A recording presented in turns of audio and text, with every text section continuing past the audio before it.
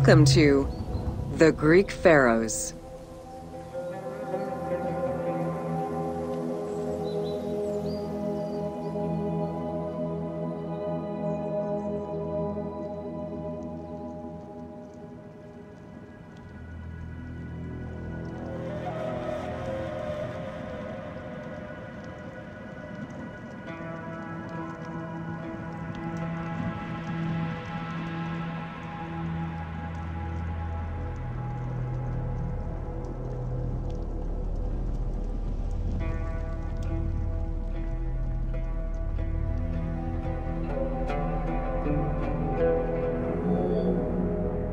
Pharaohs were considered divine incarnations of the gods. As an avatar of the gods living on Earth, the pharaoh's role was to preserve fundamental values and universal harmony by removing chaos, Izfet, and ensure that justice, Mot, prevailed. The pharaoh, by divine ancestry and through multiple offerings, was the bond that unites the world of men to the world of the gods and allows the maintenance of the cosmic order.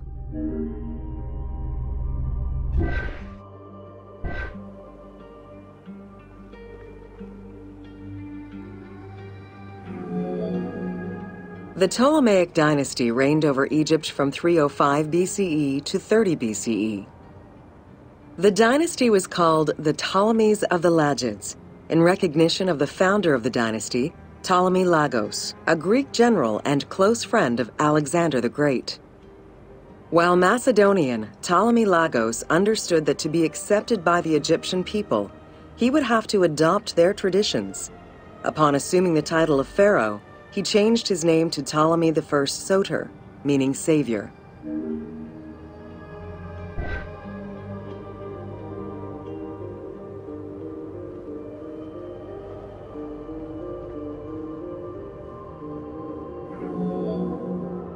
Born in 356 BCE, Alexander the Great went through a hasty education in the affairs of the kingdom before integrating into the Macedonian army, where he quickly rose through the ranks. After his father's assassination in 336 BCE, which some believed was orchestrated by Alexander himself, he became king of Macedonia. Ruler of a unified kingdom and leader of a large army, Alexander set his sights on conquest. Eager to reclaim the Greek cities of Asia Minor, he took on the Persian forces, earning victory after victory.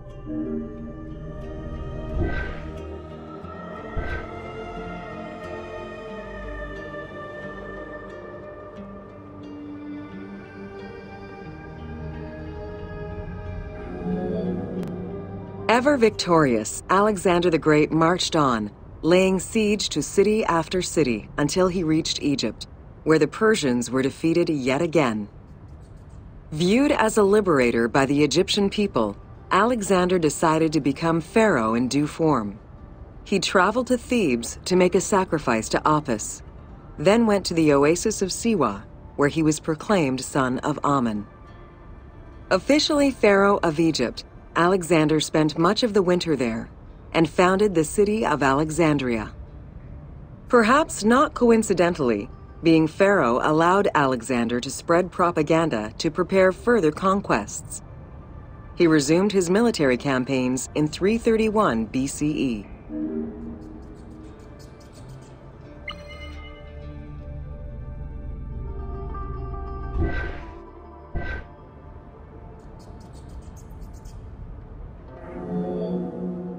On his deathbed in 323 BCE, Alexander the Great gifted the satrapy of Egypt to Ptolemy Lagos.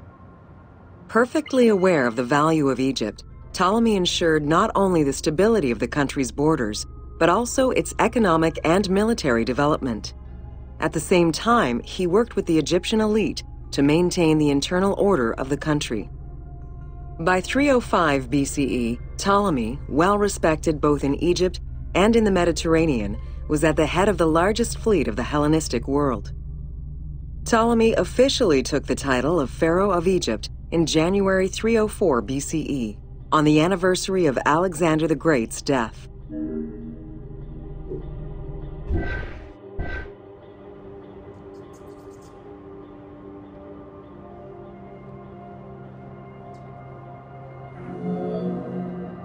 Alexander died in Babylon in 323 BCE. His remains were placed first in a solid gold sarcophagus, and then within another. The casket was carried in an ornate custom wagon, gilded and set with precious stones, and pulled by 64 mules crowned with gold. The funeral procession was diverted to a grandiose temple in Alexandria, built in the conqueror's honor under the orders of Ptolemy I.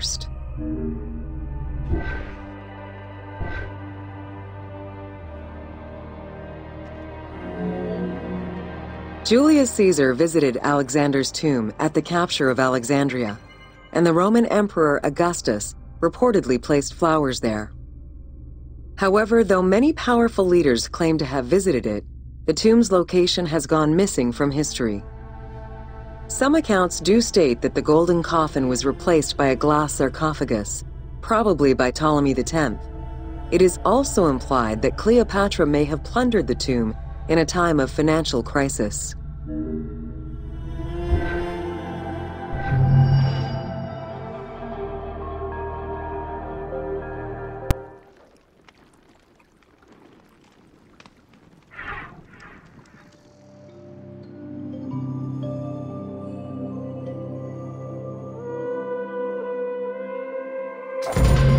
Welcome to Cleopatra, Queen of Egypt.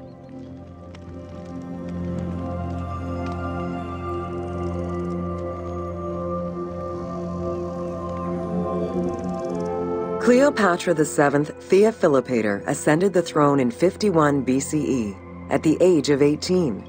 Though her early attempts to maintain power were often challenged, she eventually prevailed and became the sole ruler of Egypt. According to Plutarch, she was the only Ptolemaic pharaoh to speak the Egyptian language. Her intelligence, coupled with a good education and a great political mind, allowed her to make the alliances necessary to maintain the independence of Egypt while Rome was becoming a Mediterranean empire.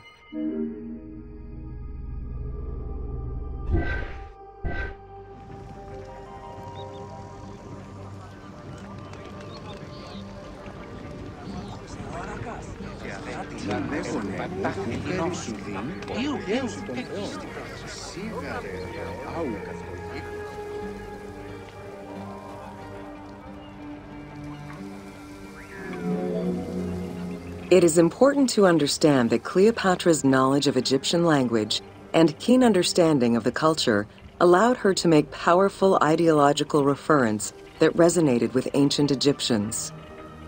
By associating herself with the goddess Isis, the Divine Mother, great of magic, and repository of divine essence, Cleopatra firmly established herself as the protector of the two lands and legitimized her place on the throne.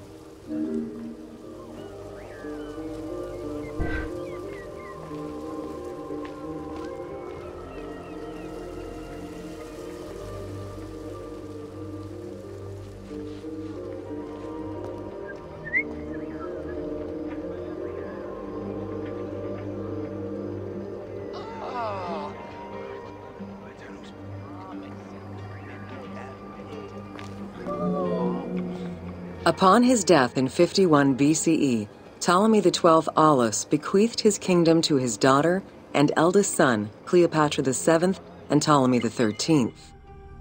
As was custom, the siblings were married. The new pharaoh was 10 years old, his sister wife 17. The early years of their reign were not easy. Between 50 and 48 BCE, droughts and floods aggravated Egypt's problems. General Achilles and the royal advisor Pothinos kept intervening in the young ruler's political decisions, and eventually colluded to turn Ptolemy XIII against Cleopatra. By 48 BCE, Cleopatra was in exile.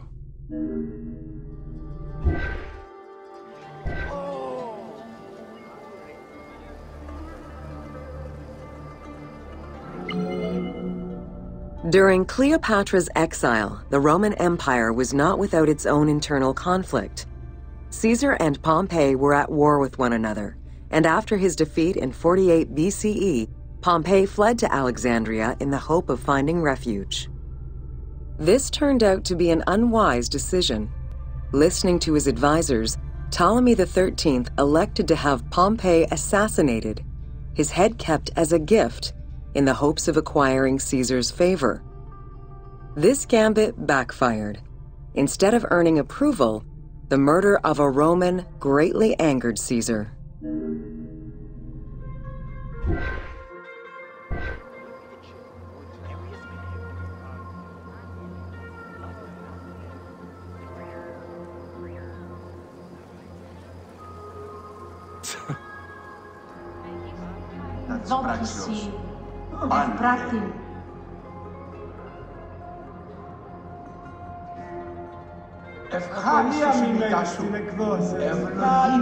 Cleopatra, aware of Caesar's anger against Ptolemy for the murder of Pompey, decided to take advantage of the situation. She returned to Egypt in secret, hoping to establish an alliance with one of the most powerful men of the time. Outside of the legend, where she had herself smuggled into his quarters in a carpet, what exactly happened during that fateful meeting remains a mystery. However, Caesar seemed to see a better ruler for Egypt in Cleopatra than in her young and too easily influenced brother. Invoking Ptolemy XII's will, Caesar attempted to mediate peace between the siblings.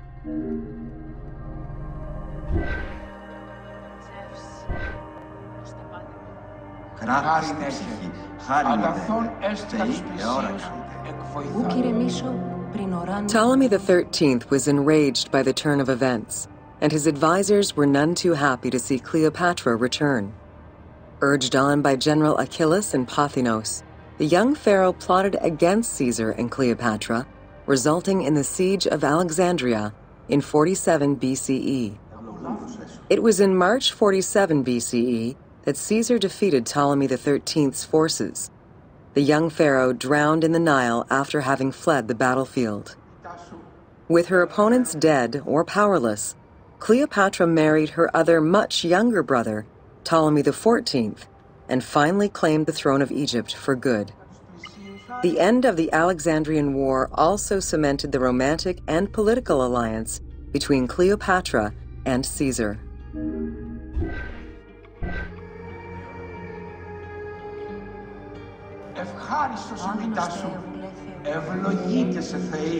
In June of 47 BCE, Cleopatra gave birth to a son, whom she called Caesarion. Caesar did not accept the boy as his heir, choosing instead his nephew Octavian. Nonetheless, on his return to Rome, Caesar invited the queen and her brother husband to stay in the city. Her presence still drew much disapproval from the Senate. Always a strategist, Caesar left 4 legions in Egypt and a man he trusted to direct Egyptian affairs, giving him control of the wheat supplies essential to Rome. Cleopatra and her entourage remained in Rome until March 44 BCE, when Caesar was murdered.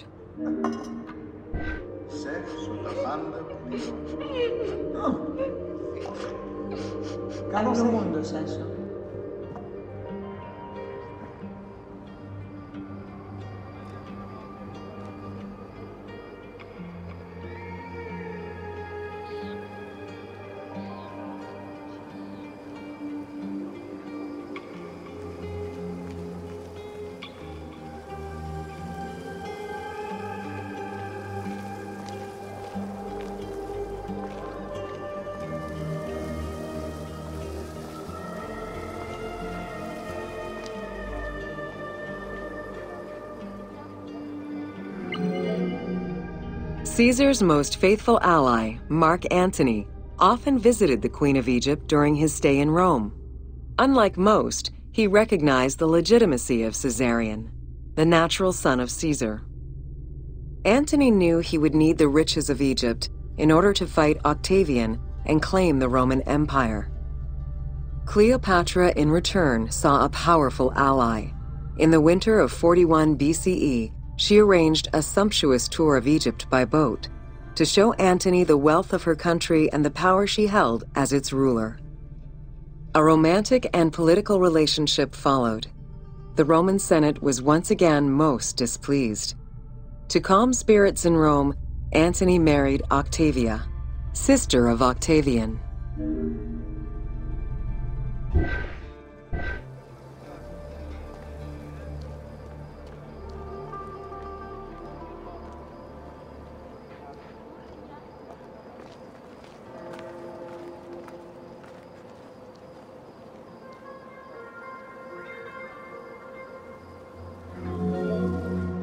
Despite his marriage to Octavia, Antony remained Cleopatra's lover, and she gave birth to their children.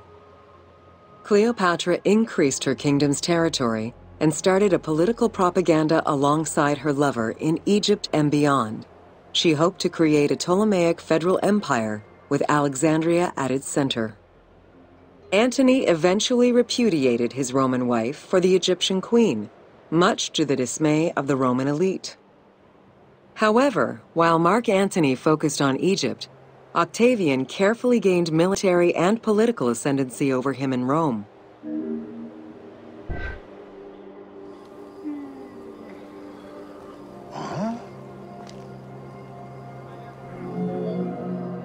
Octavian managed his own propaganda campaign and succeeded.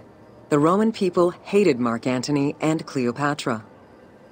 To avoid the censure still inherent in attacking a fellow Roman, Octavian simply declared war against Egypt. Rome's power still reigned supreme. The powerful Egyptian fleet, led by Cleopatra as well as Mark Antony's forces, were defeated in 31 BCE in Actium. Octavian arrived in Egypt in 30 BCE to formalize his victory.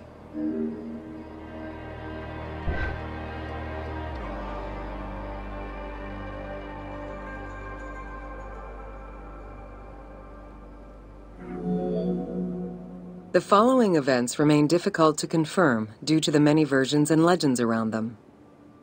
It is believed that after hearing a rumor about Cleopatra's suicide, Mark Antony committed suicide himself. He was brought to the queen as he slowly passed away.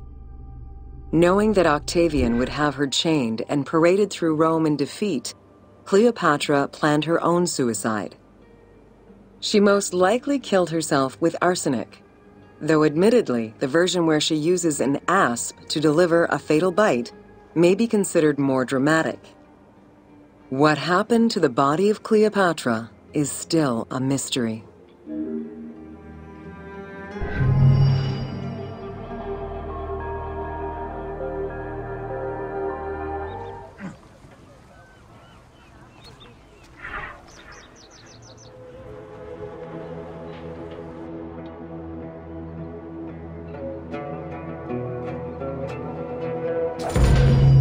Welcome to the Siege of Alexandria.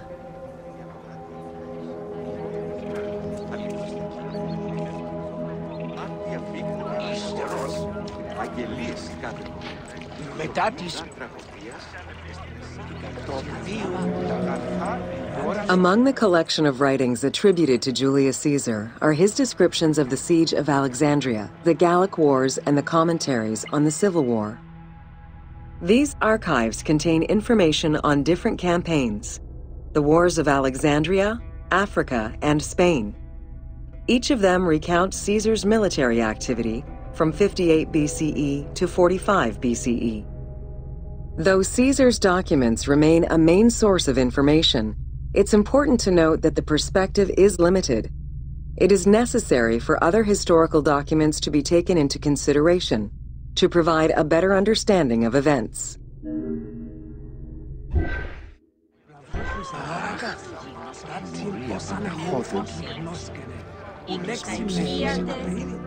The Siege of Alexandria closely relays the events of the Civil War that led up to the event and describes how Caesar was besieged in the palace of the Ptolemies.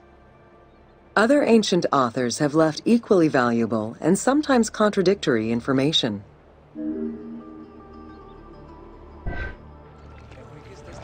Sì!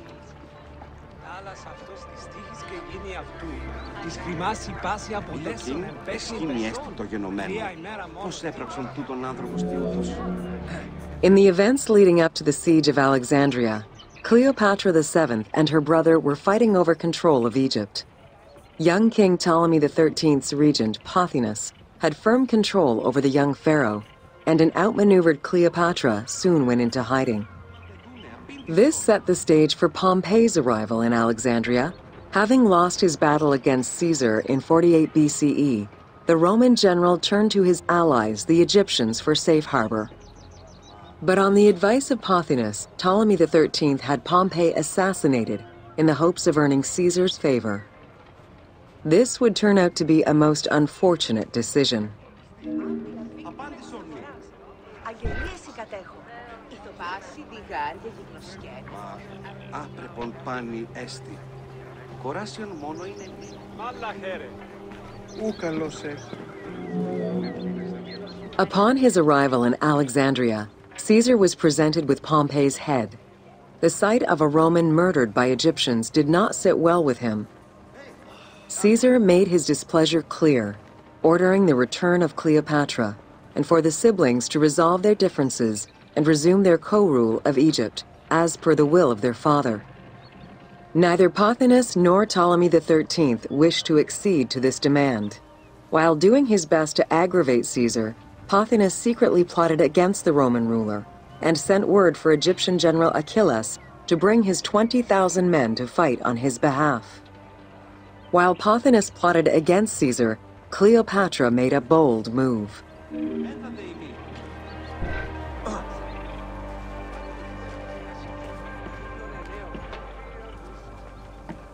Eo, τι σύστη κήθε. Σήμαντε δούνε, απήντησον.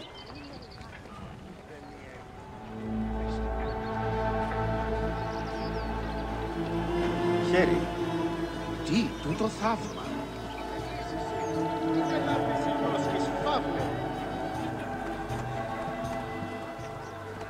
Χέρι.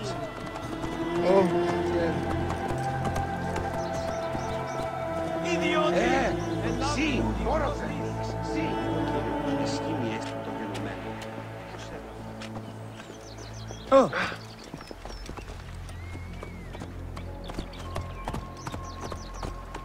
Ου κόποπας παρά του ιδίου, εις οφθαλμόν ίδιο κατασχέθηση. Κράτης ωφελίας, ευχαίρε.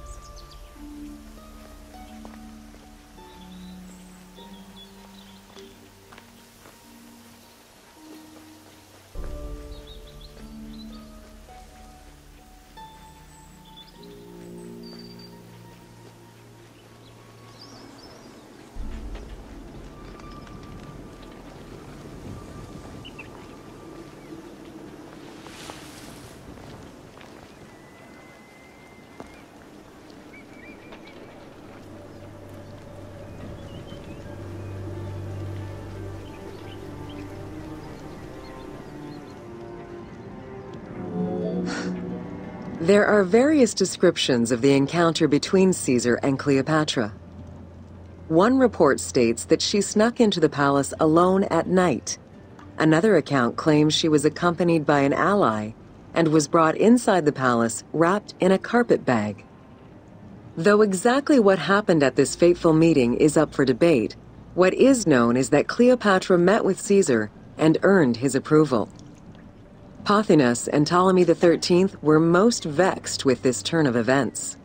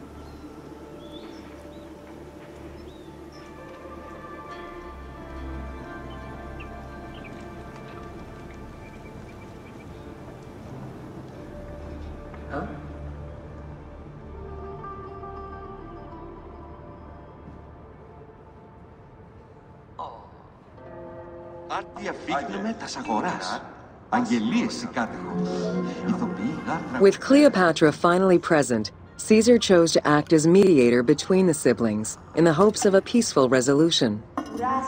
It did not take long for things to sour.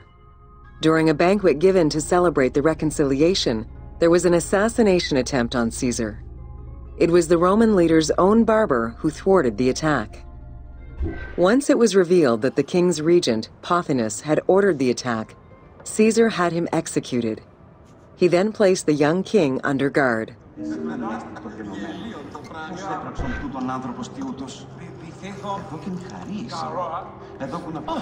Επριάμιλη κοσίγιον τιμήματος χαμηλωτά 100 δραχμών.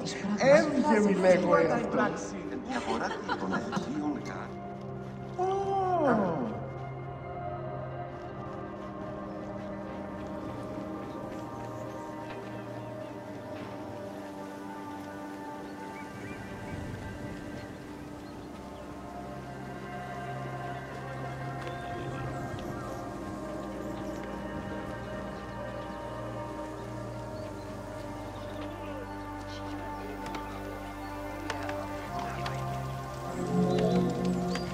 Caught within the palace with roughly 4,000 troops, and with the knowledge that the arrival of enemy forces was imminent, Caesar sent for help from Syria, Rhodes, and Cilicia.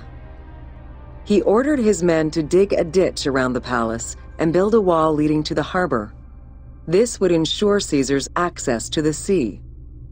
When Egyptian General Achillas arrived in the city with 20,000 men, the battle for Alexandria began.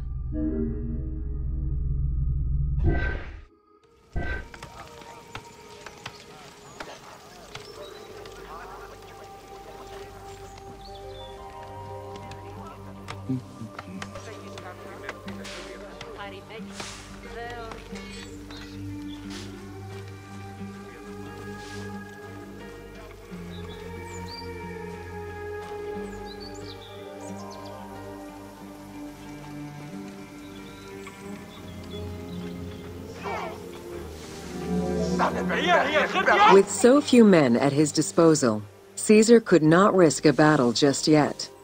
He sent ambassadors to Achillas in the name of Ptolemy to propose a truce.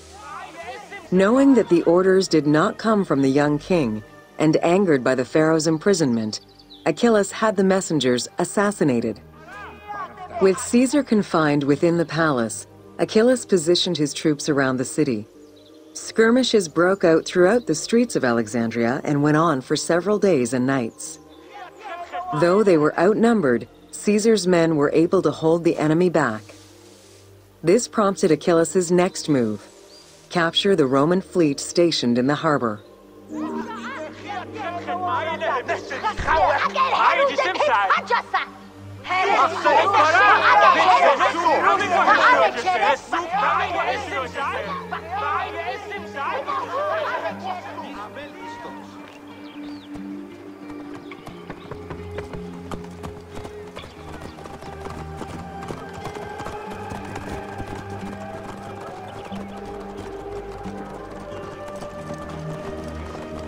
Fablon on guard.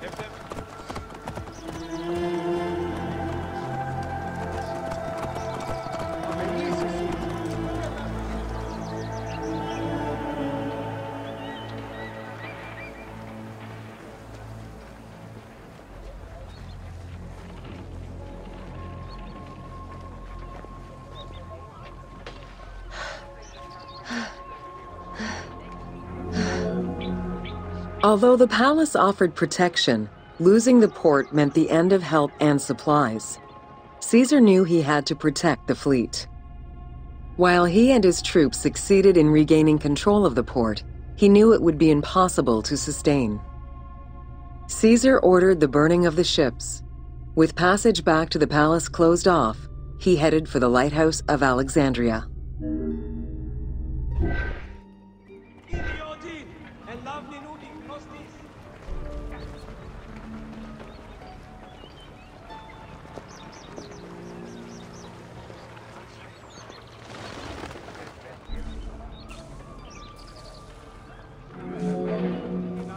Fighting their way through the Egyptian troops, Caesar and his men eventually reached Pharos Island. There, they took refuge within the lighthouse. With easy access to the open sea, Caesar was able to send messages to his allies requesting reinforcements and more supplies. The island fort also allowed him to control access to the harbor by relying on the chains used by the Egyptians to control ship traffic to and from Alexandria's docks.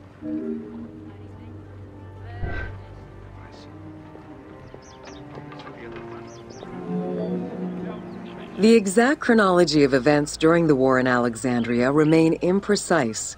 Conflicting accounts raise questions as to when, and even if, the Great Library of Alexandria was burned down at all. One account states that during the fighting, docks and warehouses were burned, and this was the fire that spread to the library. In another account, when Achilles cut off the harbor, Caesar had to leave the safety of the palace to defend his ships. As the enemies battled across the port, their arsenals set ships ablaze, and this destruction spread to the library.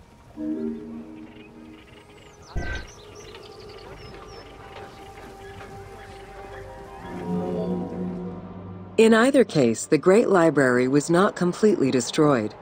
Experts point out that its location was too far from the harbor, and much later texts refer to the Great Library as being intact.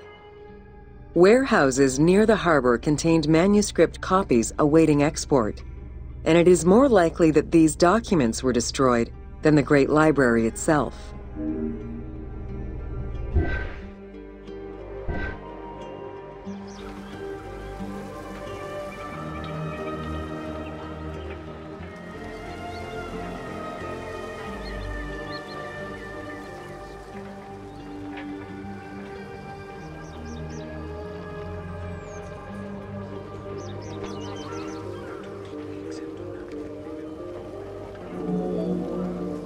The destruction of the Great Library may have been due to a number of fires over the ages.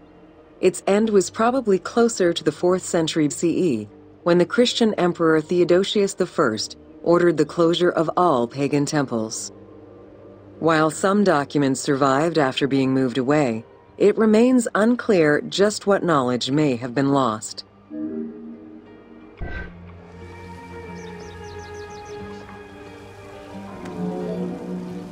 Where there are accounts of Achilles being in control of the battle against Caesar, it appears that instead Cleopatra's sister, siding with her brother, had him killed and put her ally Ganymedes in his place.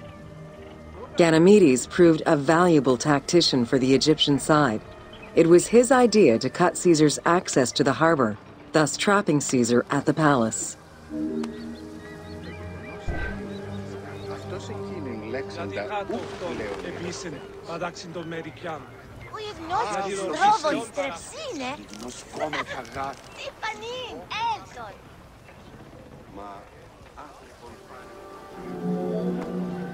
During the time of Ptolemy I, canals had been dug throughout Alexandria to provide fresh water. Ganymedes had his men take control of these canals. After isolating their own water supply, he had his men pour salt water into the canals and cisterns that led to Caesar's camp.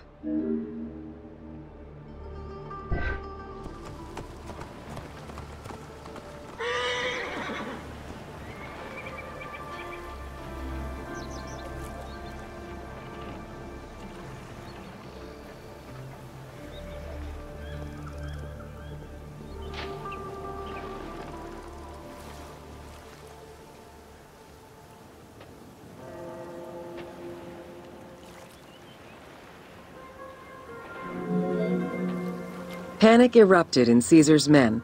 They wouldn't last long without fresh water. Recognizing that the porous limestone could help them, Caesar and his men dug wells to restore their water supply. Days later, the 37th Legion, comprised of Pompey's soldiers, arrived by ship. Unable to come ashore due to the winds, Caesar risked going out to meet them on the peninsula, Cape Chersonese. When the enemy learned Caesar's location, they rushed to intercept. Despite an obvious advantage for the Alexandrians, Caesar, with a Rhodian ship full of skillful sailors, emerged victorious.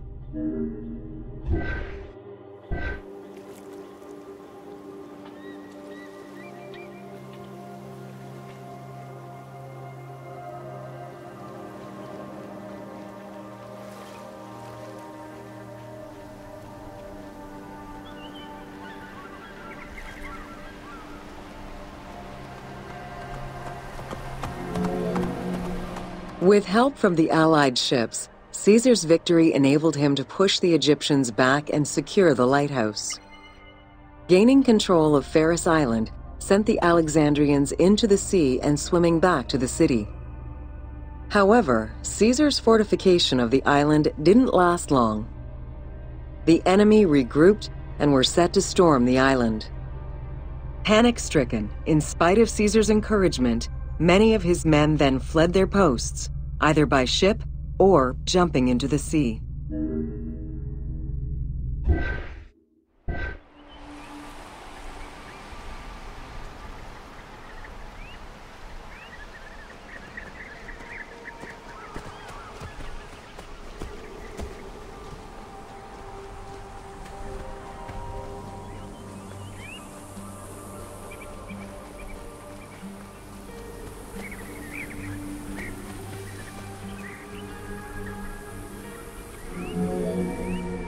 Caesar attempted to retreat, but Port Eunostos' harbor was overrun with enemy ships, preventing escape. Reportedly, Caesar gathered his papers and leapt overboard in an attempt to swim to an Allied ship farther out. Historian Cassius Dio claimed that Caesar would have drowned if he hadn't been able to remove his purple garment. Still, he managed to swim the distance and survive. The Alexandrians recovered the cloak and used it as a trophy to commemorate the Roman debacle.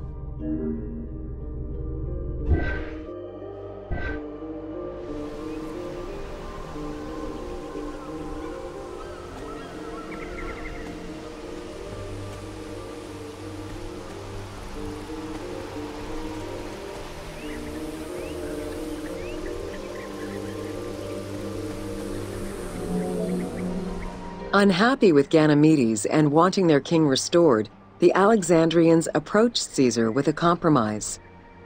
Caesar agreed to release Ptolemy XIII after entreating him to spare the kingdom and remain loyal to Rome. Once freed, however, the king defied the agreement and continued the war.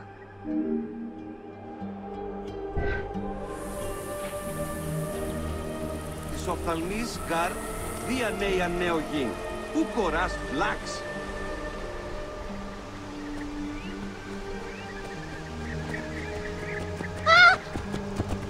Ο Γαλλός έβγε.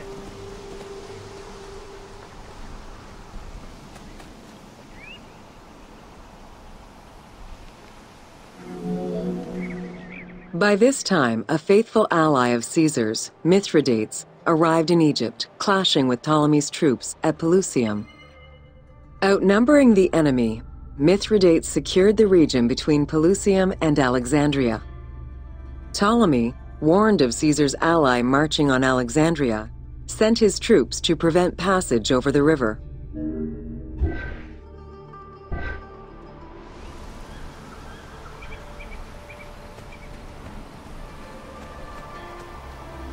Ο Διαμελίας, ούγαρε λάμπη γυμνόσκης.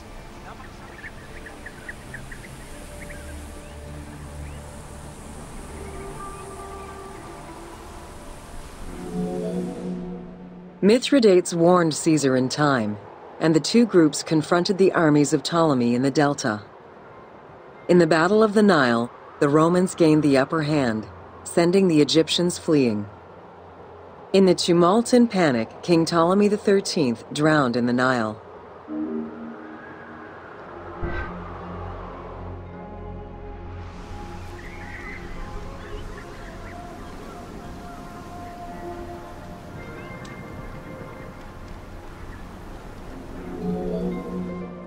After the siege ended, Cleopatra VII married her younger brother, Ptolemy XIV, enabling her to reign over Egypt until 30 BCE.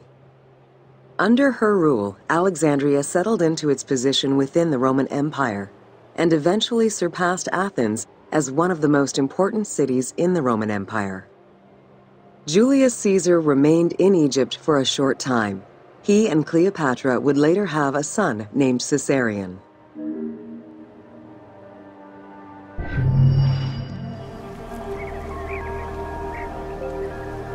Μου σου κατέχεις ήτι του οίκου σου.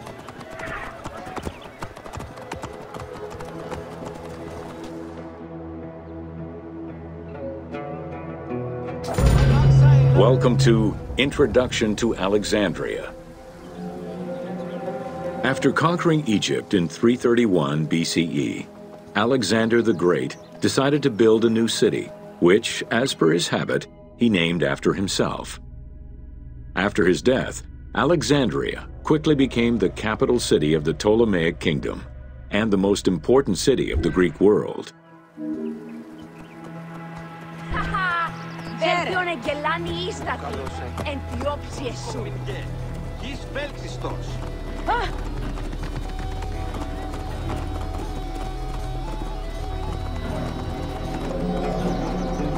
The city was built between the Mediterranean Sea and Lake Mareotis, which resulted in Alexandria becoming a crucial cultural hub and trading center.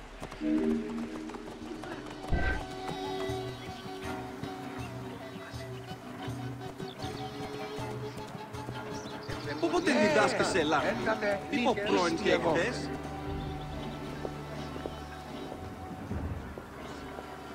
Εσύ, λέξη τη βουλή. Ακούεις. Παύλε, αμελή άνθρωπε, ου κοράν δίνασε. Sumptuous buildings could be seen wherever one turned their gaze. The royal palaces, the many temples, the gymnasium, lush public gardens, and large avenues.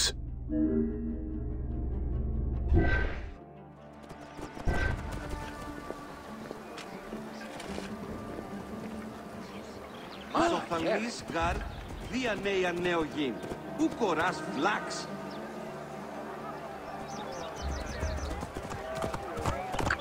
Πάντα χαίρε. Πού κόπο πασπαρά του ιδίου. Ίσως θα μόνοι δύο κατασχέσεις. With its incomparable beauty and advantageous geographic location, Alexandria attracted foreigners, intellectuals, and traders. One of the most cosmopolitan cities of the ancient world, Alexandria supplanted even Athens as the most important Greek city in history.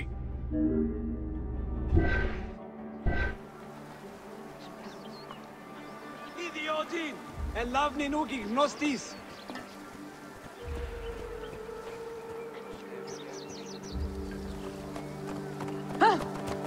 Θεοί, αδαΐσεστην.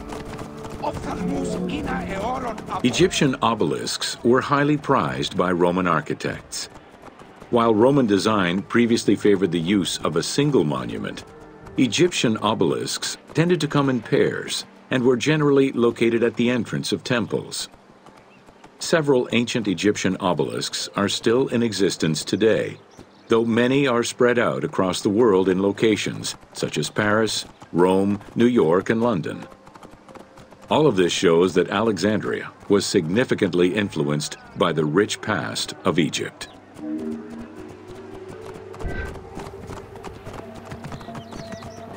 Εσού ελάβνην ου γιγνοσκόμην γε, κεις βέλτιστος.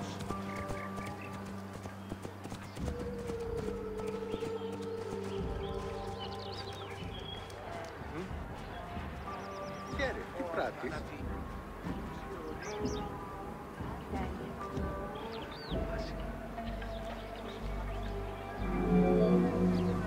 Alexandria had several main streets. Its most famous artery was the Canopic Way. It was lined with sumptuous buildings, houses, and temples, and was roughly 8 kilometers in length. This street was one of the most important shipping entrances to Alexandria, and often hosted processions and festivals.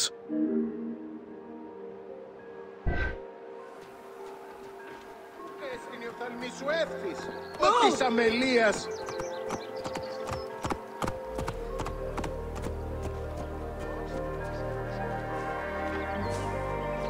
Λάξ, σι ελάβνη χρήου γυρνέστε.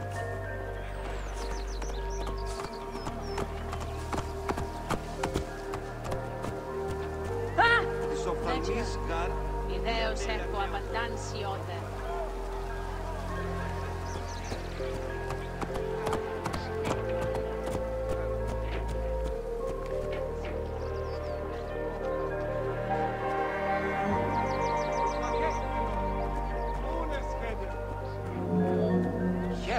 The width of the street, 30 meters, was abnormally large even by Greek standards. This is likely because the Canopic Way was made in a short span of time and based on an urban plan, as opposed to being slowly built over time, as was usual for the era.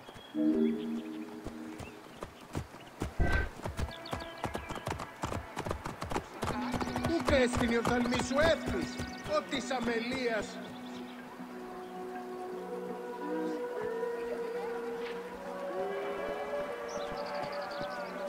Θεοί, αδαΐσεστη. Οφθαλμούς είναι αιώρων απόλεσεν.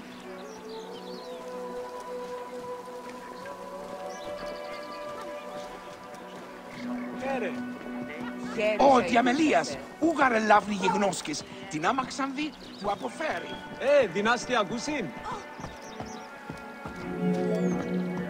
The Canopic Way originated in the western cemeteries, skirted the gymnasium, and then exited the city to head east through massive doorways towards Canopus. This structure was known as the Canopic Door.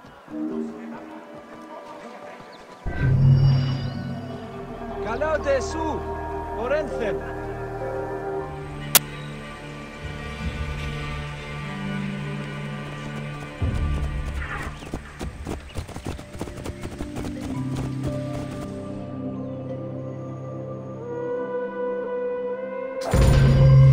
Welcome to Alexandria, planning of the city.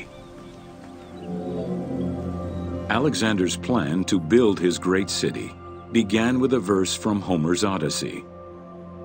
There is, in front of Egypt, in the sea with many swells, an island called Pharos. Guided by these clues, Alexander the Great founded his future city at the western end of the Nile Delta.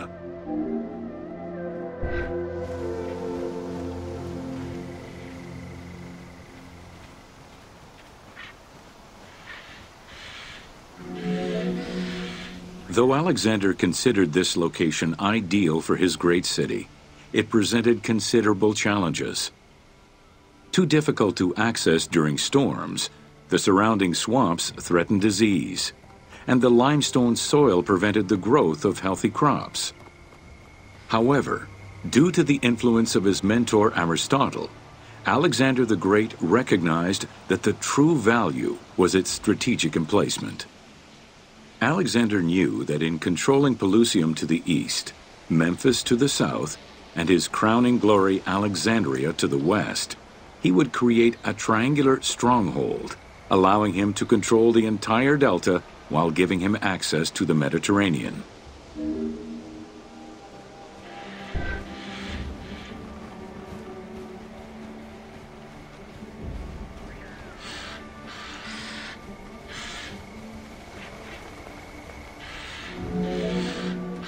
The great walls of Alexandria had a humble beginning. Lacking chalk to outline the future city's foundations, architects were forced to use flour instead. Clouds of migrating birds swept down and ate the flour, erasing the plans. This prompted Alexander to seek guidance from the oracles, who reassured him that his future city was destined to feed a large population.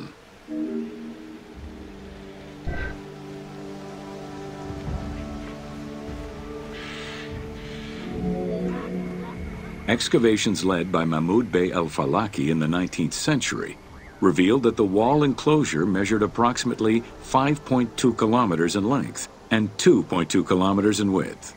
It was roughly 9 meters in height.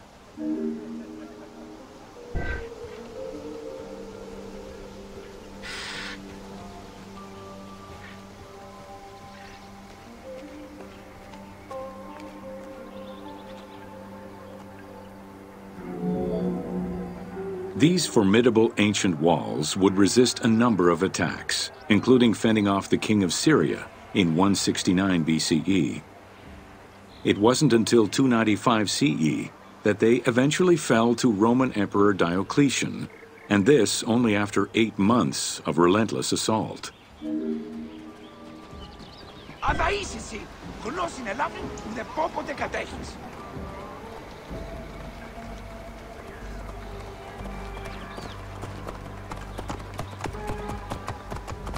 Της οφθαλμής γαρ δια νέα νεογήν, ου κοράς φλάξ.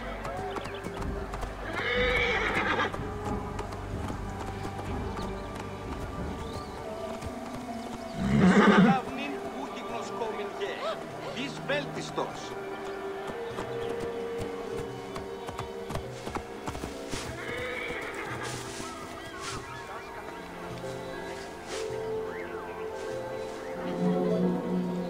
Alexandria's principal architect, Dinocrates, chose a Hippodamian grid plan.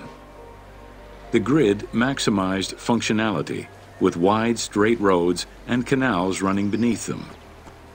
Alexander recognized the military value of the city's design. The wide, parallel streets gave him optimal surveillance of the city, while allowing the unobstructed flow of troops.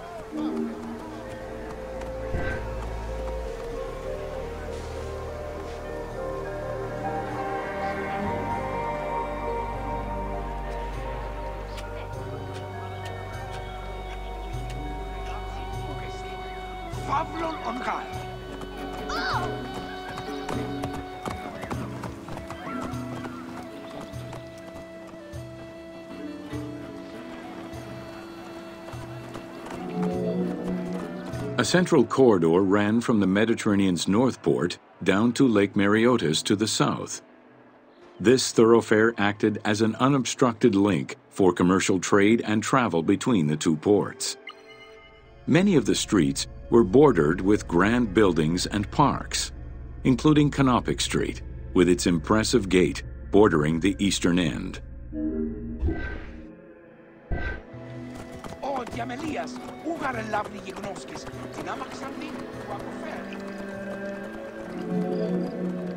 Alexandria was most likely built upon an already existing Egyptian village. Upon its completion, the Egyptians reviled the city, refusing to call it by its founder's name. Instead, they called it Raked, the building, as a mark of disdain, which was later Hellenized into Rakotis. Despite this, the name Alexandria would remain.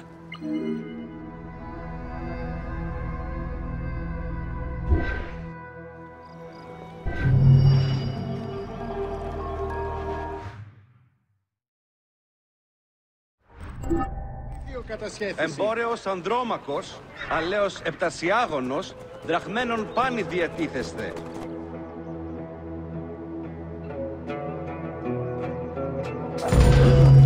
Welcome to Alexandria, The ports of Alexandria were a major commercial hub, effectively connecting Egypt with the Mediterranean regions and beyond. A tremendous amount of materials and goods flowed through the city on a daily basis. The large port market was called the Emporion. It was there that merchandise was traded by the ship owners, called Nakliros.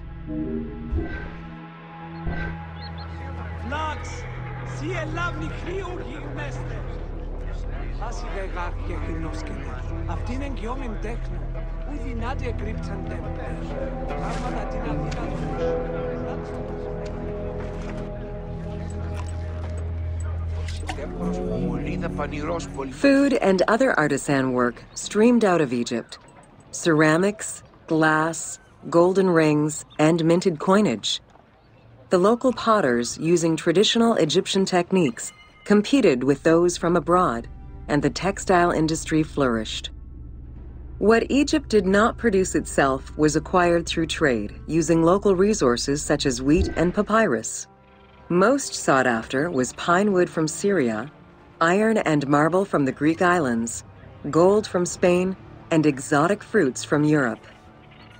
All this commercial activity contributed to the already decadent wealth of the city.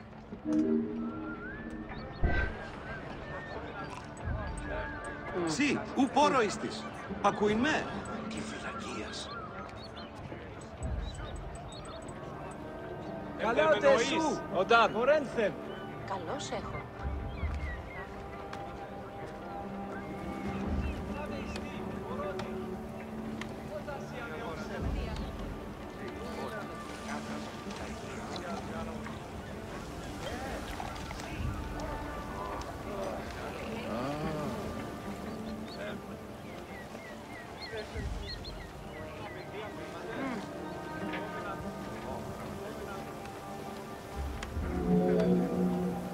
The wood imported to Port Mariotis through Alexandria's seaward ports was used in the nearby shipyards, where most of Egypt's ships were built. Employing tens of thousands of shipbuilders, the shipyards contributed to establishing the Egyptian fleet as one of the mightiest of the era. Any wood not used in shipbuilding was further disseminated through Egypt for various purposes.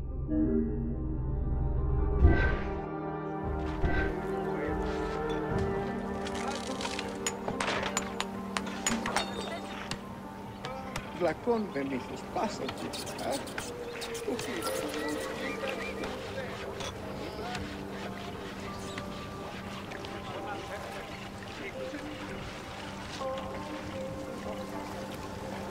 Καλώς τα ήκουσες, εγώ συνέξω. Έγινα στέγαρα αυτό.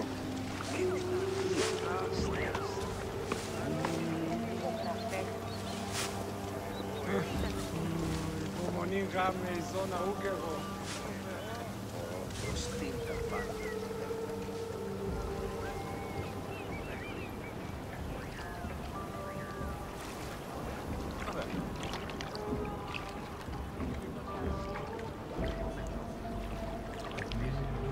Χαίρε, τι πράττεις, τι τούτο. The southern port of Lake Mariotis was the biggest in Alexandria. For a branch angling westward, the lake's size in the Ptolemaic era was roughly 40 to 50 kilometers from north to south. Its waters were maintained by a steady runoff from the Nile. In addition to the lake, a man-made canal was created to assist in the transfer of goods from the city to the port using barges, though it is not represented in the game due to its size. Ευδαιμονείς όταν. Επίπχε η μυελή, βήκες με τσέρι.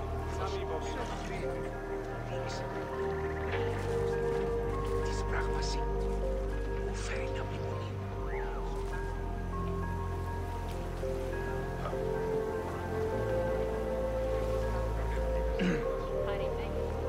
Φεύγει, τι πάτε ξέρω. Χαίρε. Banking was one of the most distinctive innovations brought by the Greeks to Egypt. The centerpiece of Alexandria's wealth was the royal systematization of taxes on almost everything.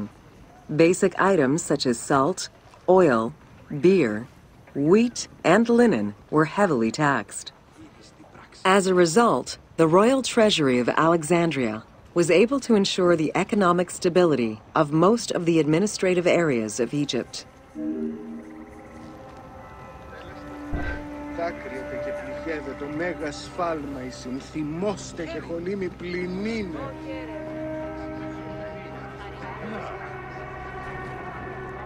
Παύλος εστί. Μάλα, χαίρε. Είναι σε διαταπά.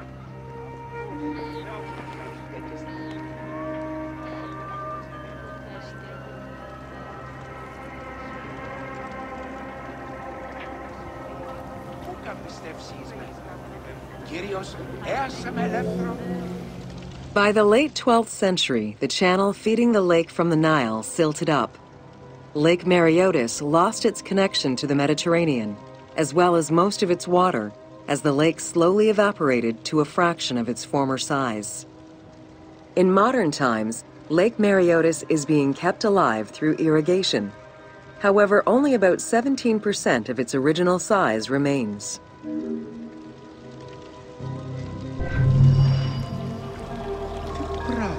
Θεοί.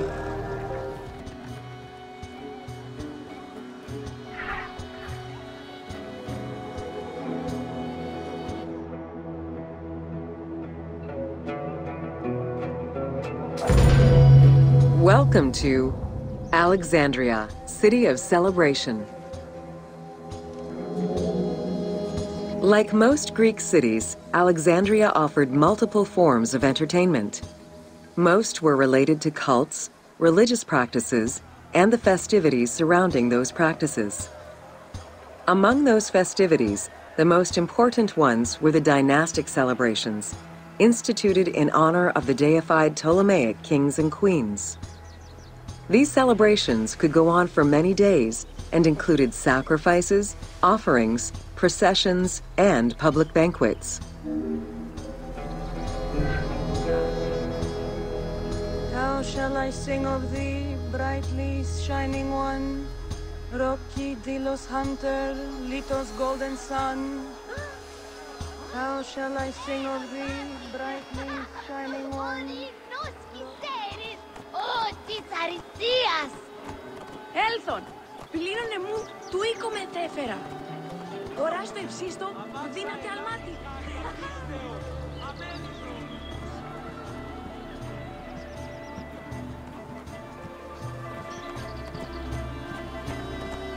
Εσού ελάβνην ούκη γνωσκόμην γε, κεις βέλτιστος.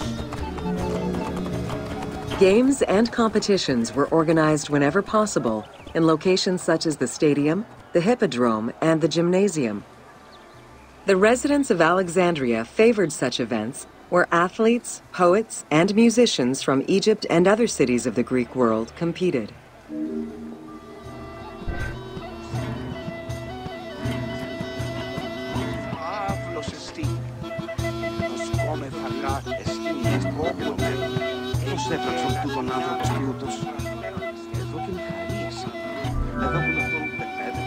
Like all good Greek cities, Alexandria had a theater.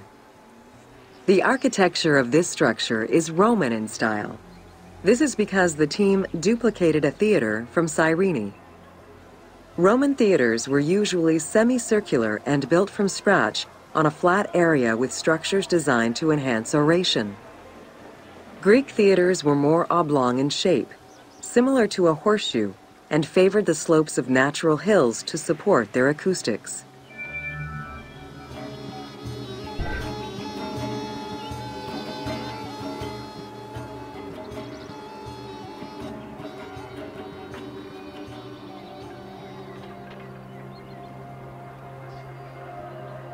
Άρτια φύγνουμε τας αγοράς.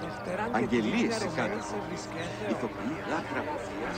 Ενδιαγορά τι εκθές. At the theater, one could witness the plays of contemporary comic and tragic authors. The play you are witnessing below is Menander's Dyskolos, more commonly known as the Grouch, a late and popular entry in the Greek comedies.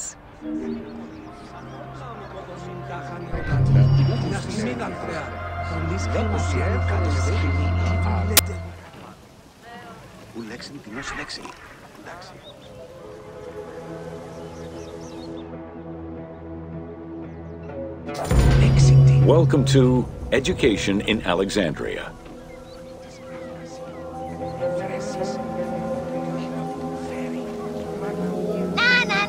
The education of young Alexandrians did not differ from the one generally dispensed elsewhere in ancient Greece.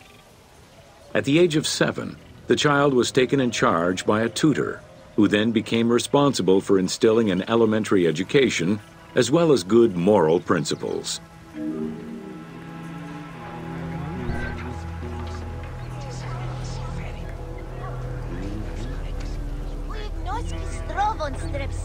Όλοι θοξόε έτοιμασον ξέρουν τους λύθους του.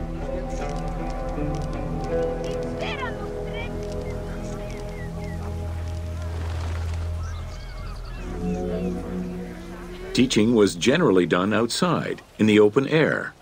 In the gymnasium, students were taught not only sports, but also topics such as rhetoric, philosophy, music, and poetry. All things deemed essential to one's education at the time.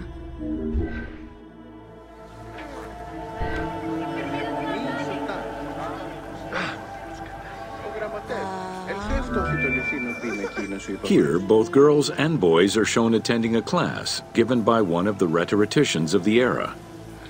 The team made the choice to show both genders attending class within the context of the game world. Even though it is historically inaccurate, the team felt it was not necessary to prioritize historical sexism over inclusive gameplay. Αξιογραμματεύ, στείλω να αποδώσουν το τίμημα της σύλλησης στο δημόσιο ίντερνετ.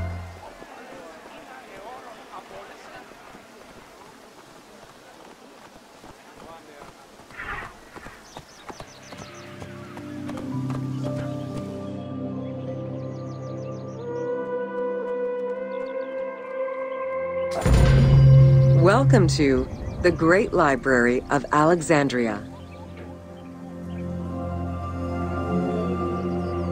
Near the district of royal palaces and within the Moseon was the most famous library of all antiquity. The Library of Alexandria was built to house all of human knowledge. At its pinnacle, the library was believed to contain over 700,000 parchments.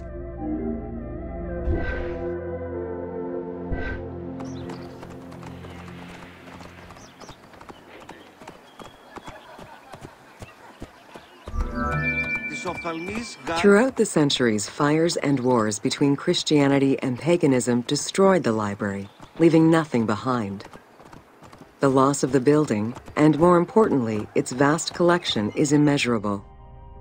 As no descriptions are available, the team's rendition of the Library of Alexandria was inspired by the visuals of the Library of Chalcis at Ephesus.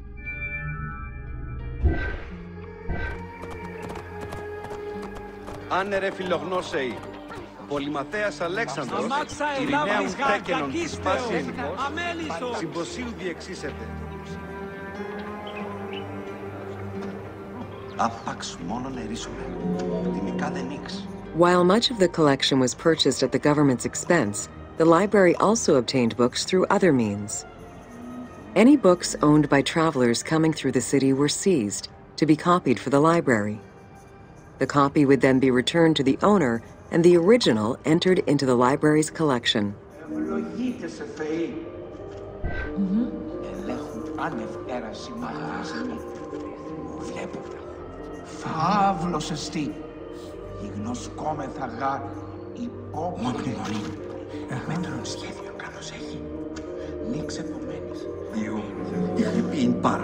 Alexandria offered unrivaled intellectual and cultural attractions.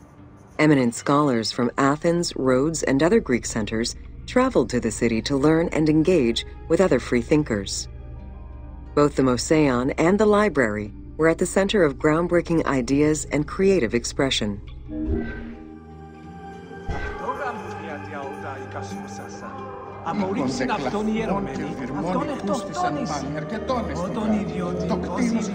The great minds of antiquity were usually well versed in many disciplines, which were often associated to specific schools of thought. The Peripatetics, the Stoics, and the Cynics were among the most well-known schools of the time. It is clear that Alexandria lived up to its fundamental role as a city for intellectuals, nurturing many great minds whose impact reverberates through our modern world.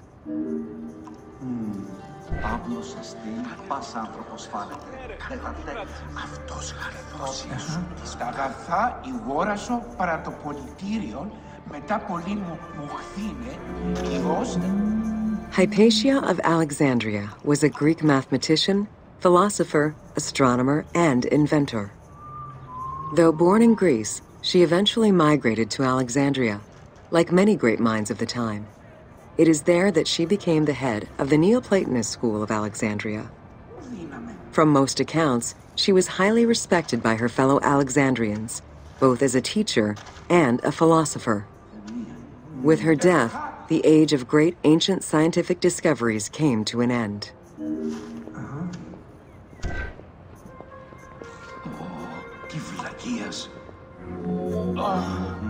Callimachus was born in Cyrene and educated in Athens. After his studies, he moved to Alexandria to work in the Great Library. A poet and a critic, he strongly rejected the epic format of Homeric poems, and instead fervently supported a shorter, more judiciously formulated style of poetry. His epigrams and elegiac poems were emulated by later poets. His work was extremely popular, second only to Homer's own works.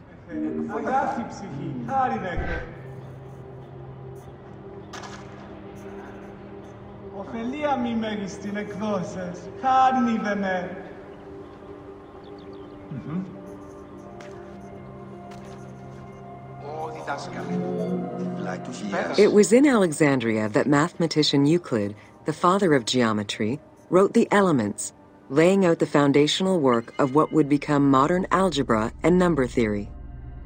Euclidean geometry would become one of the most influential systems in the evolution of mathematics.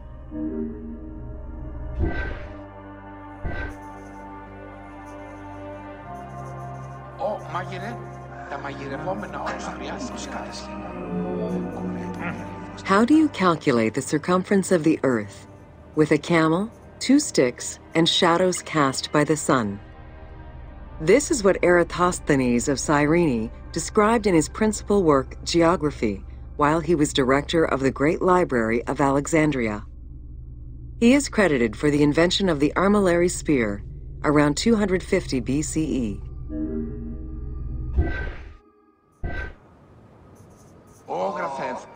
Γράψον μη τους λόγους που σε εκφωνήσανε για τα τετραγμένα. Πληγήν το μοιράκιον κατέσχει το εστί. The earliest known and most complete armillary sphere of antiquity was the Meteoroscopion of Alexandria, with an imposing 9 rings compared to the 3 or 4 of most other astrolabes. Known as the zodiac krikatoi amongst the Greeks, the Meteoroscopion was used to determine the location of celestial bodies around the Earth. Every self-respecting astronomer of antiquity would have sought to use this tool to better understand the celestial movements.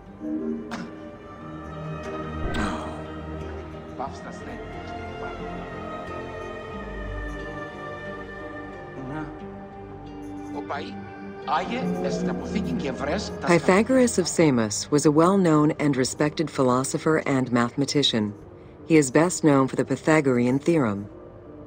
However, there is proof that the theorem existed in Babylonia and India long before Pythagoras was born, casting some doubts as to who exactly originated the theorem.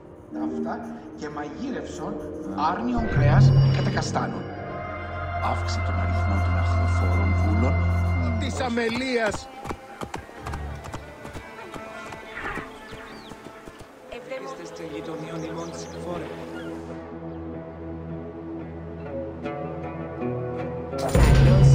Welcome to the Moseion of Alexandria.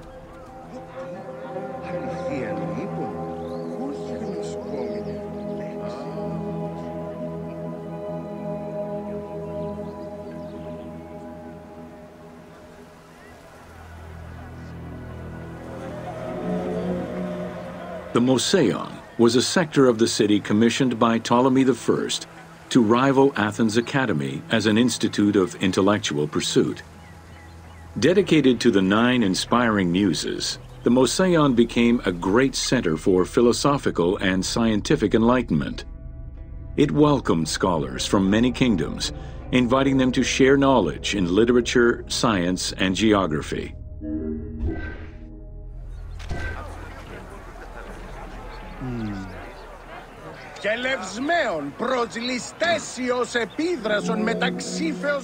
The Moseion was designed so that its buildings and grounds would accommodate free thinking, debate, and presentation. Meeting spaces and theaters surrounded a main courtyard. Expansive gardens were filled with exotic plants that aided in the study and supply of herbs and medicines. A zoo offered the study of animal behavior and physiology. Also among the Moseion's many star attractions was its astronomical observatory.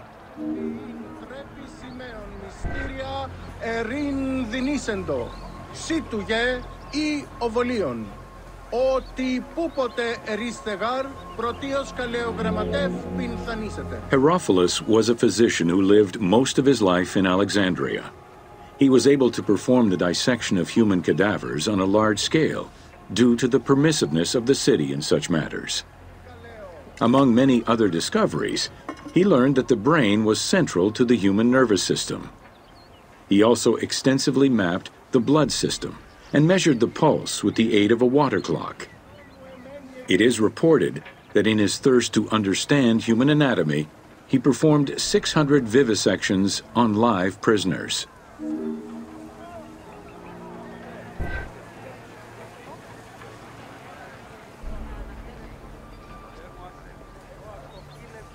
Ολίλετε εκείπουν.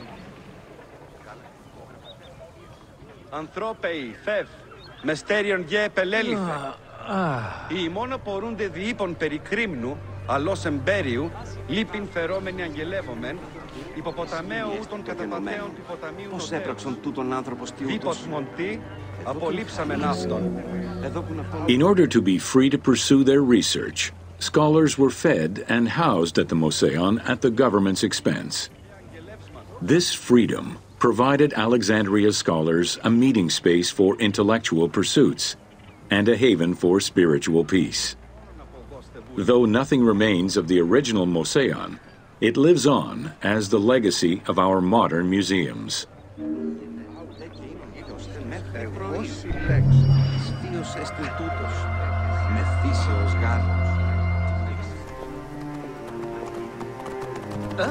Μόριας παρασκευάσματα τούταν εστί.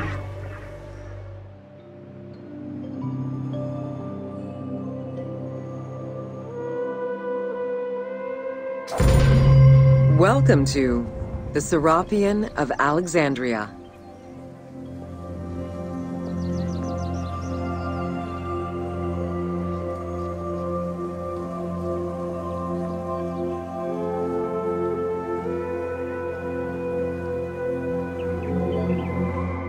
In a city of numerous magnificent attractions, the Serapion was considered to be the most beautiful temple of Alexandria. Located southwest of the city on a small hill known as the Acropolis, the sanctuary was constructed during the reign of Ptolemy III, upon foundations which had existed since the reign of Ptolemy I Soter.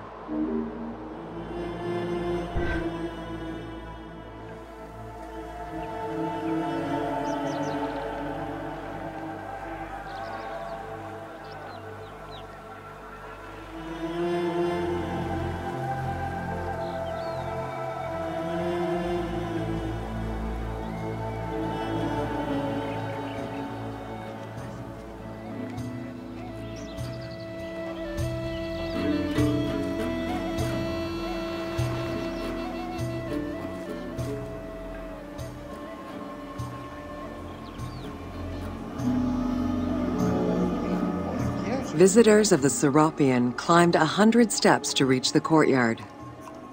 Libraries were installed in the porticos surrounding the square building, with its roof and columns adorned with gold and gilded bronze. Pharaohs were generous to the temple, as were several Roman emperors after Egypt's conquest. An inner temple housed the statue of Serapis, dedicated to healing the sick.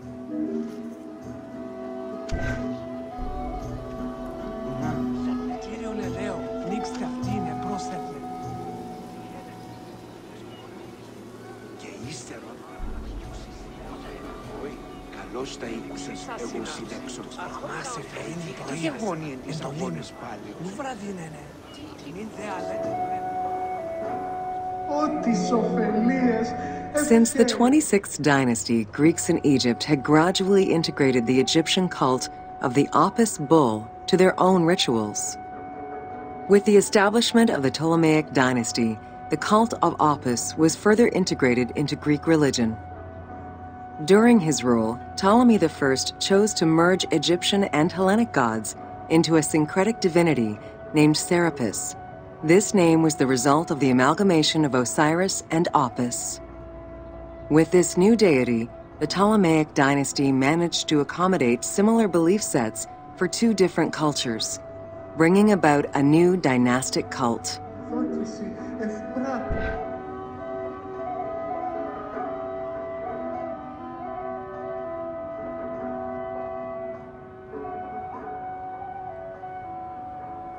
απολαμβάνεις η μείζωνα χαιρέστε ευχήν.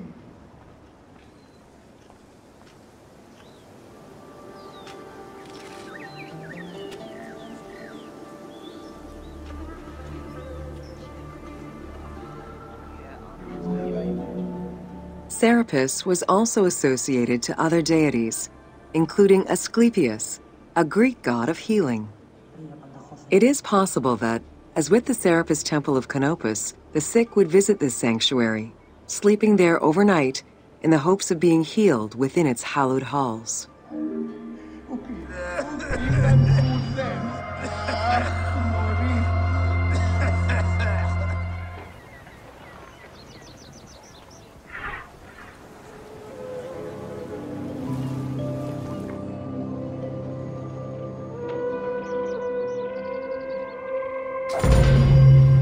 Welcome to the Islands of Pharis.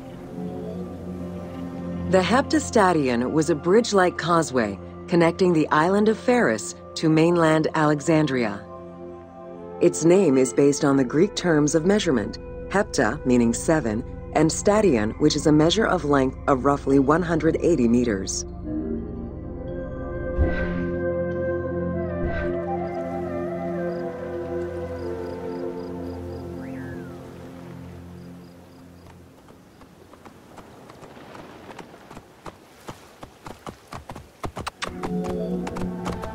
Since its construction would separate the Grand Port to the east and the port of Eunostos to the west, it was designed with channels at each end.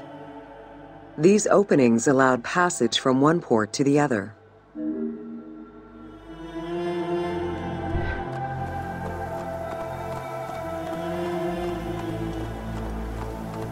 Πότε διδάσκεσαι Ελλάδη, μη πω πρώην και εχθές.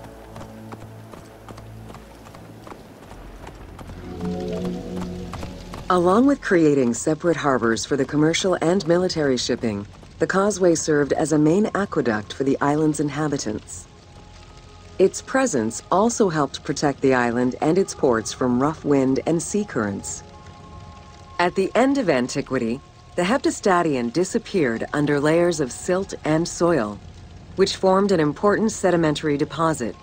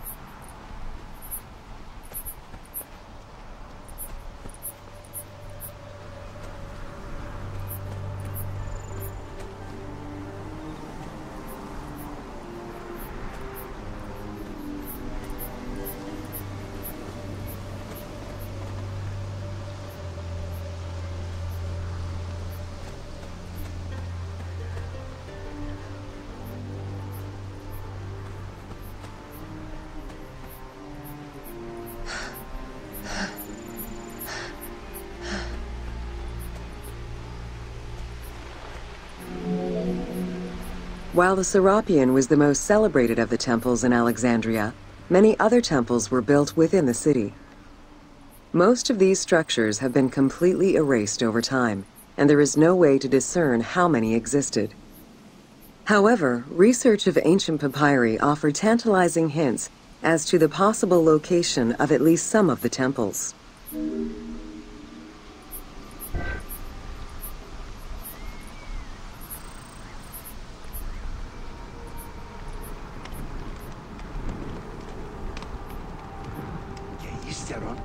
Το συζύγο της ήρησεν ότι πενθεράν ουδύναμιν εντονή. Both papyri and coins reveal evidence of many temples built for the gods. Poseidon, the god of the sea, likely had an edifice in his honor west of this island, as well as on the mainland. This temple next to you is dedicated to Isis Pharia, the divine protector of the lighthouse. This location hosted annual celebrations in the month of April, known as the Sacrum Pharia, in connection to the lighthouse. In her incarnation as Isis Fortuna, the goddess carries a rudder and a cornucopia, both symbols of good luck for navigators.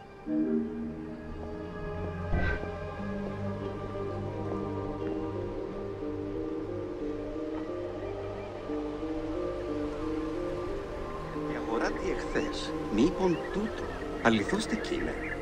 Κόραν του, απέτρεσον να βουτορούσε σκλάβων δεινά. Αδεινά πίστη.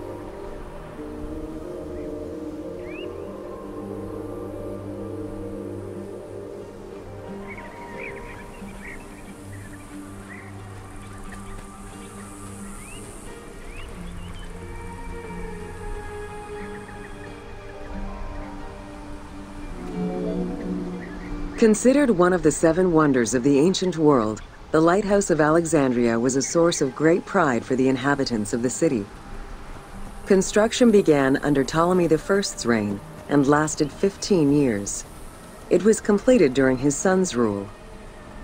Once completed, the lighthouse was dedicated to the gods for the salvation of those who sail the sea.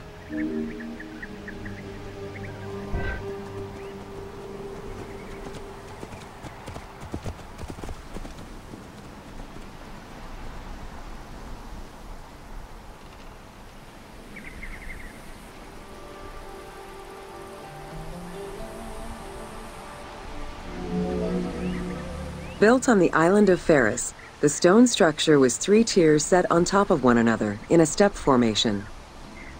The second floor consisted of an octagonal tower, and the top floor was a cylindrical tower topped by a statue. The interior provided space for staff rooms and a ramp which allowed the transport of fuel to the upper floors.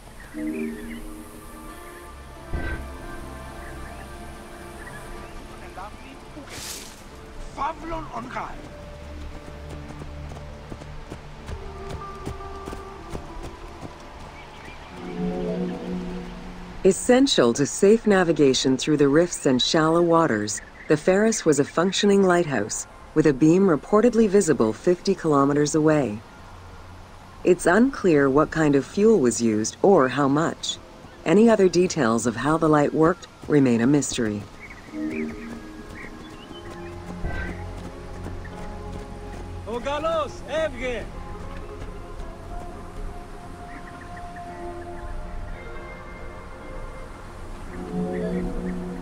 For several centuries, the Pharos was one of the highest monuments ever built by man.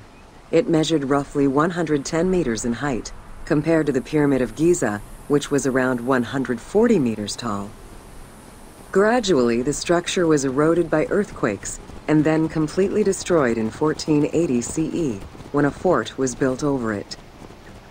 Archaeological excavations on the seabed have uncovered many blocks from the ancient building.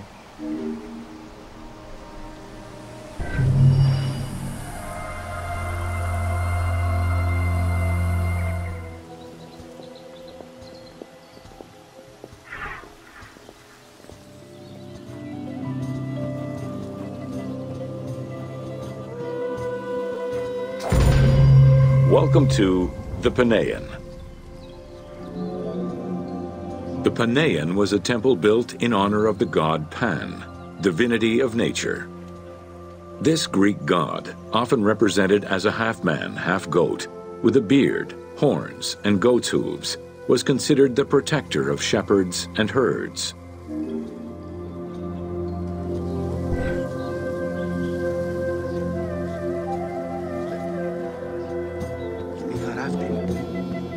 Pan's attribute was his namesake musical instrument, the pan flute. His temples were usually located in caves and on high mountains, and were frequented by shepherds. It is likely that Mediterranean cults adopted the imagery of Pan to symbolize the Christian devil.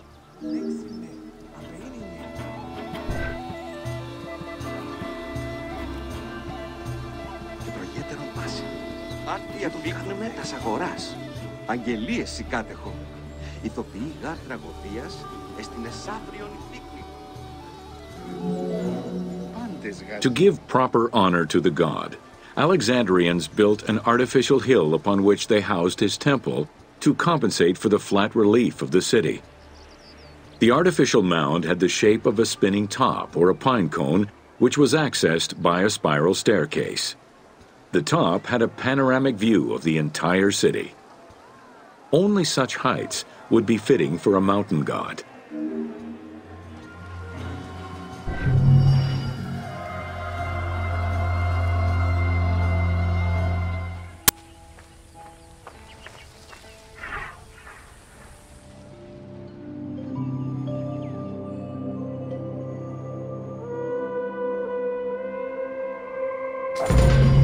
Welcome to the Hippodrome of Alexandria.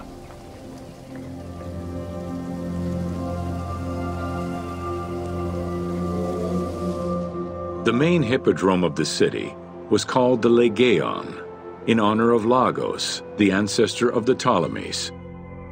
Alexandrians were great lovers of horse racing. They were fascinated by the rivalry of these races, the agon, as it was said at that time, that every competition brought. It was a struggle for glory.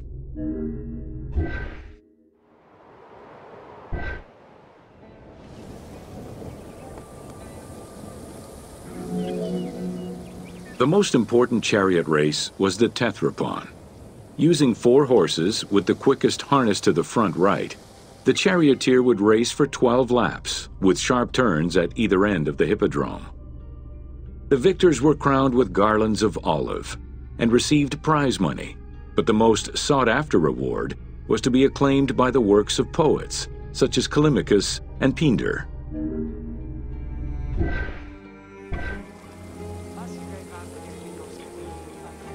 Ισχύς φύσες ως κρατήστη ίστην.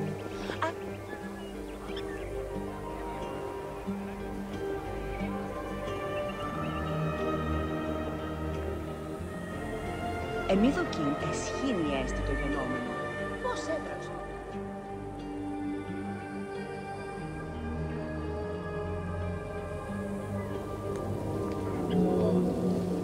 Ye hymns that rule the lyre, what god, what hero, aye, and what man shall we loudly praise? Verily Zeus is the lord of Pisa, and Heracles established the Olympic festival, while Theron must be proclaimed by reason of his victorious chariot with its 4 horses, Theron, who is just in his regard for guests, and who is the bulwark of Acragas, the choicest flower of an auspicious line of sires, whose city towers on high, bringing wealth and glory to crown their native merits.